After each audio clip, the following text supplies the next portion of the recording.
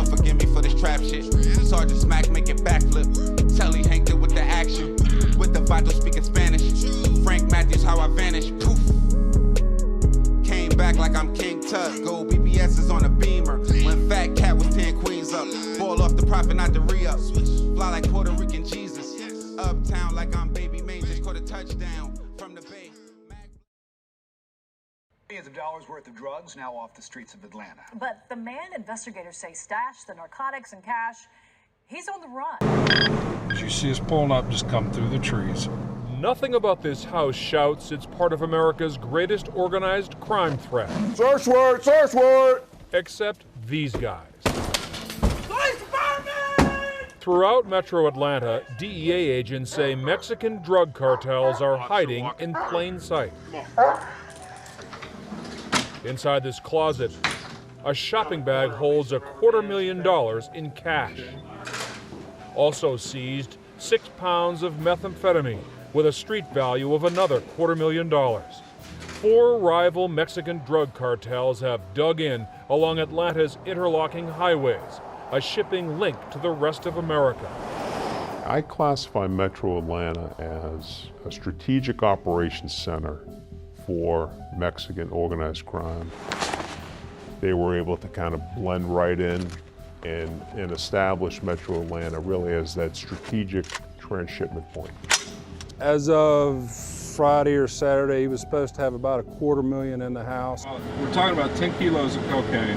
For the last 7 months, CBS News has followed Steve Whipple, a DEA field supervisor, here tailing a suspect named Gilberto Alcaraz. What does Gilberto represent to you? A mid-level distributor. There he goes. Alcaraz is an opportunist, Whipple says, doing business with all the cartels. All right, the guy's on the phone right now as we speak. For Alcaraz, it's a family business. As we watch, his son, all of 13, contacts this blonde woman. All right, the little kid walked up. Inside this car, DEA agents say she settles a drug debt. This is Alcaraz's house, a low-key lifestyle for a guy Whipple says earns $50,000 a week.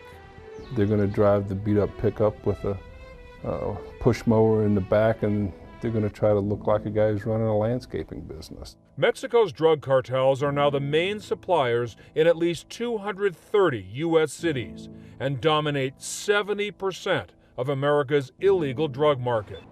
Just outside Atlanta, Gwinnett County is their new drug hub. Danny Porter has been district attorney here for 20 years. We're finding that they're transshipping cocaine through Atlanta to Miami. So the days of the cigarette boats and the pastel suits, those are gone. And you know, I guess we're the new Miami Vice. After 9 weeks of surveillance, Whipple took down Alcaraz, searched his house, and made another arrest. It's one interruption in the daily surge of drugs and cash flowing between Atlanta's quiet suburbs and Mexico's meanest streets. Mark Strausman, CBS News, Atlanta. Even investigators could not believe the amount of drugs found. Millions of dollars worth of drugs now off the streets of Atlanta. But the man investigators say stashed the narcotics and cash, he's on the run. Yo, we just pulled into Georgia. We back. It's your guy Popalot. Mob, gang. Now, we all know Atlanta to be a drop-off point or some sort of a hub for drugs and drug cartels. But if you get caught with a record amount of drugs in a city like Atlanta, which probably sees major drug busts every day, you're definitely doing something. And today, I'm going to be bringing you the story of a guy by the name of Jeffery Freeman. We have identified a suspect. His name is Jeffery Freeman. He is a 43-year-old black male. He has charges of trafficking cocaine, trafficking heroin, possession of marijuana with intent to distribute, as well as forgery. Now, I want to put a few things in perspective. I am not saying that this is the largest bust in Atlanta by far, because I'm sure there were bigger. But when you have been doing this as long as I have, you try to pay attention as best as you can, and you listen out for certain words.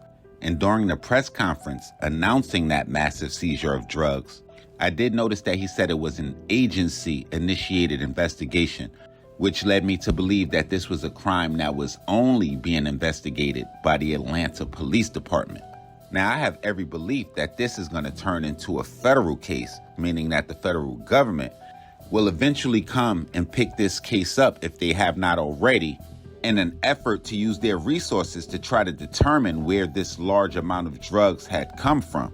Though the officer didn't go into detail of how long they suspected Jeffery Freeman of being this large-scale drug trafficker, he did make mention that besides seizing the massive $1.7 million in drugs, the officers will also go on to confiscate $500,000 in cash. This, coupled with the drug seizure, is by far a historical amount for the city of Atlanta's police department. Never before have we seized this amount of drugs with a street value of nearly $2 million, as well as an additional $250,000 in cash. On September 21st of this year, at the address of 285 Centennial Olympic Park Drive, the narcotics unit received a tip of a possible stash house at a unit located in the condominiums. Further investigation revealed a search warrant,